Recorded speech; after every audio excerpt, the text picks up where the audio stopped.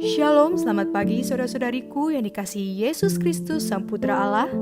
Kita bertemu lagi dalam Renungan Pagi yang dibawakan oleh Pendeta Drison Ginting dengan tema khas Bersama Allah di Waktu Fajar. Semoga firman Allah bersama Anda sepanjang hari. Salam kasih Tuhan Yesus Kristus. Tidak terasa kita sudah mengakhiri kembali bulan Januari di tahun ini. Dan renungan kita pada hari ini, Senin 31 Januari 2021, judul Mencari Kebenaran. Ayatnya di dalam Matius 5 ayat yang ke-6. Berbahagialah orang yang lapar dan haus akan kebenaran, karena mereka akan dipuaskan. Jika engkau merasa perlu dalam jiwamu, jika engkau lapar dan dahaga akan kebenaran, ini adalah bukti bahwa Kristus telah menempa dalam hatimu hal-hal yang tidak mungkin engkau lakukan sendiri, supaya Dia dapat melakukan bagimu melalui anugerah Roh Kudus. Kita tidak perlu memuaskan dahaga kita di sungai-sungai yang dangkal, karena sumber besar adalah di atas kita, yang airnya berlimpah dapat kita minum dengan bebas jika kita naik lebih tinggi sedikit pada jalan iman. Firman Allah adalah mata air kehidupan. Apabila engkau mencari mata air hidup ini melalui Roh Kudus, engkau akan dibawa ke dalam perhubungan yang erat dengan Kristus. Kebenaran-kebenaran biasa akan menyatakan diri kepada pikiranmu dalam suatu aspek yang baru. Ayat-ayat kitab suci akan muncul kepadamu dengan suatu makna yang baru sebagai cahaya terang. Engkau akan melihat hubungan kebenaran-kebenaran lain dengan pekerjaan penebusan, dan engkau akan mengetahui bahwa Kristus telah memimpinmu. Guru ilahi berada di sampingmu.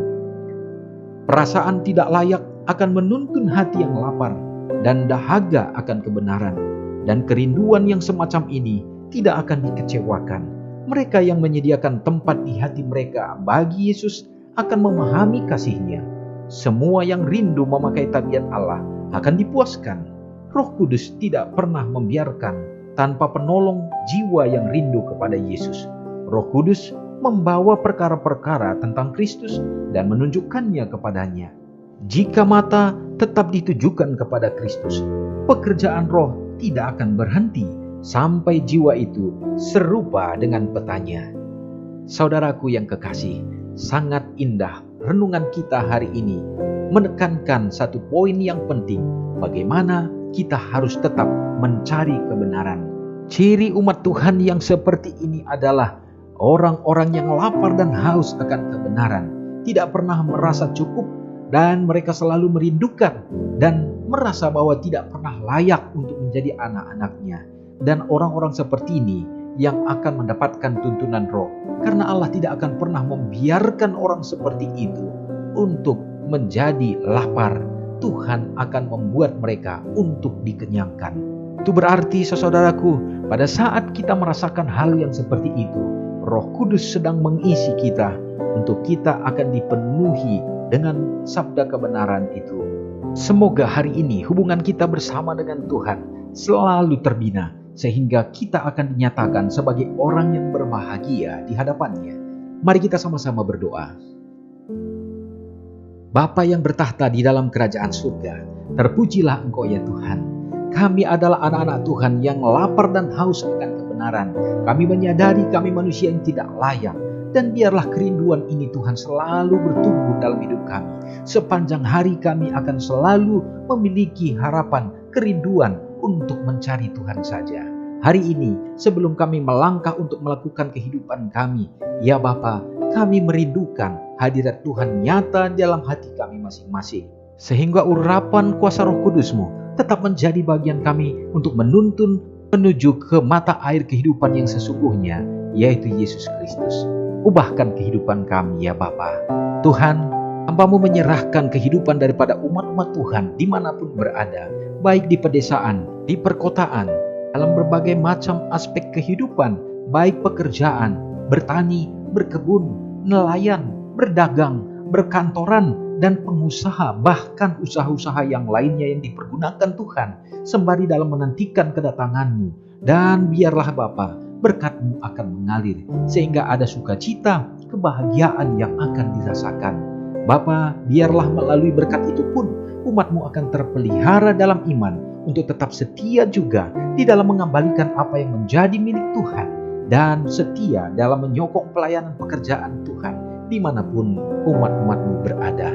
Bapa, hamba-Mu berdoa bagi umat-umat Tuhan yang pada masa pandemi ini juga ya Bapa, begitu banyak yang merasakan kesulitan, bahkan kehilangan pekerjaan, bahkan usaha-usaha yang mungkin tidak dapat berjalan sebagaimana biasanya.